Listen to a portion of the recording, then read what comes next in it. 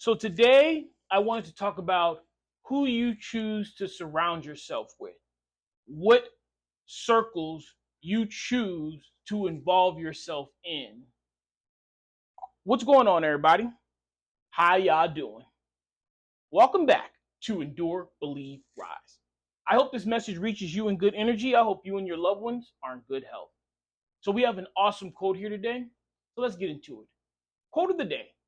Law number 10, infection. Avoid the unhappy and unlucky. You can die from someone else's misery. Emotional states are as infectious as diseases. Robert Greene. Song of the day, The Pot by Tool. I will never stop preaching this. I will never stop teaching this. This is one of the biggest lessons I have learned. It's one of the biggest tools and resources that I have discovered, and that is who you surround yourself with matters. What circles you choose to involve yourselves in matter. What pools you choose to swim in matters. Where you choose to fly in as the eagle matters. What jungles you choose to run in as a lion matters. Who you surround yourself with matters. A lot of people will say things of the nature that I don't care who's around me, I'm still going to succeed.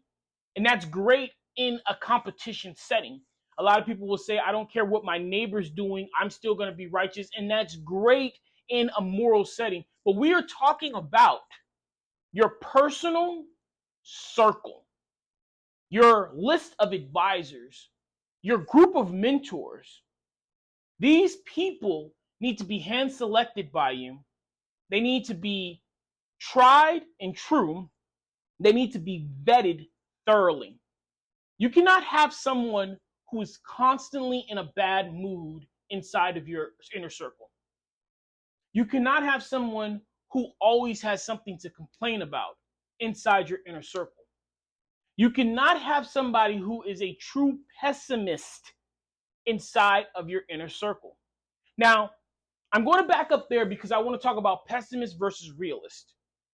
I want to talk about pessimist versus optimist. We are hopeful optimists and we function as realists, right?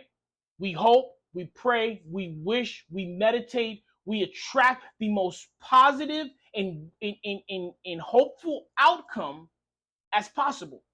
Realistically, we are going to plan if that outcome does not come, right? So somebody who's realistic versus pessimist will say that is a great hope. Let's also come up with a contingency if it doesn't come true. A pessimist will say something along the lines like, that's never going to happen. You're never going to achieve that. Why do you keep trying? Every day I wake up, it gets worse. These are pessimistic views. And the reason why you can't surround yourself in these settings is because, if I'm just being honest, there are some people who are going to be more negative than you are positive. Plain and simple. At the age that I'm at, and really doesn't matter what age you are, you really don't have the time to sit around and try to convince somebody that they should be more positive. If they are hell-bent on their ways on being negative, leave them to their own devices and the universe will deal with them accordingly. Now, that's not to say if somebody comes to you with questions, wanting to know how to be positive, asking you how they can get out of their phone, you should take the time to help that person. Or you should point them in a path to a person that can help them, a mentor, a strategy, a book, something of that nature, right? But I'm talking about the person that wants to drag you down with them, that refuses to see anybody get above them, but also doesn't want to move up. I have no problem with competition. I have no problem with you thinking that you're better than me. I have no problem with us both going after one spot and only one of us can have it. The issue I have is with people who don't even want the spot, but trying to convince me that I shouldn't either. People that don't want to be happy or successful, trying to convince me that I shouldn't want to be happy or successful either. That I have a problem with. I have an extreme problem with that. If you are happy in your mud pile, if you are happily wallowing in the dirt, then go ahead and do that. Why do you need someone else to be involved in the dirt with you? Why do you have to bring somebody else down to your level so that you can feel like your existence is justified? Let that person shoot for the stars. Let that person capture the sun. Let that person conquer the moon. You have to be very, very careful who you decide to spend your free time with, who you decide to let inside your inner circle, because emotional states are infectious as the most deadliest virus. Yeah, I will say that they may be the deadliest virus. You can wish yourself into misery. You can hope yourself into poverty. You can bring about disasters just by constantly thinking that it will happen. You can die from someone else's misery. It is possible to sit there and have someone else infect you with their disgusting and pitiful mindset. You have to be very careful when you come across people like that. And it's impossible to have nothing but positive experiences on this planet. I want to be very perfectly clear on that, especially with the lives we live in this reality. We have jobs, we have school, we have daycare we have to take our kids to, we have church, we have the gym, we have libraries, we have grocery stores. We have to involve ourselves with the mass public. And let's not even forget what we're talking on right now, social media. You will eventually come across a negative video. You will eventually come across a negative person. You will eventually cross paths with negative energy. The goal, the mindset, the tool, the realization you must come to is that you must be prepared to immediately snuff it out with positivity. See, fire needs oxygen for it to thrive.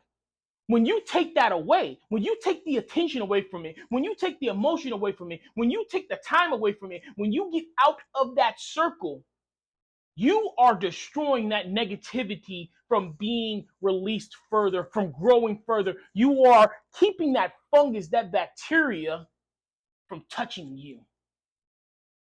And the first preservation for your lineage, for your legacy, for your legend, for your loved ones, for your friends, for your team, the first preservation is making sure that you are healthy, that you take all measures and precautions to keep yourself. This is the thing about the medical field, right? I have my degree in the medical field. The first thing you must do is put on the proper PPE, protective personal equipment. The first step is to make sure that you don't become infected by whoever you may be treating. It's not about looking at that person as disgusting. It's not about judging that person and saying, hey, it's about making sure that I do not become contaminated. And it's not a selfish thing, though it can be seen as one.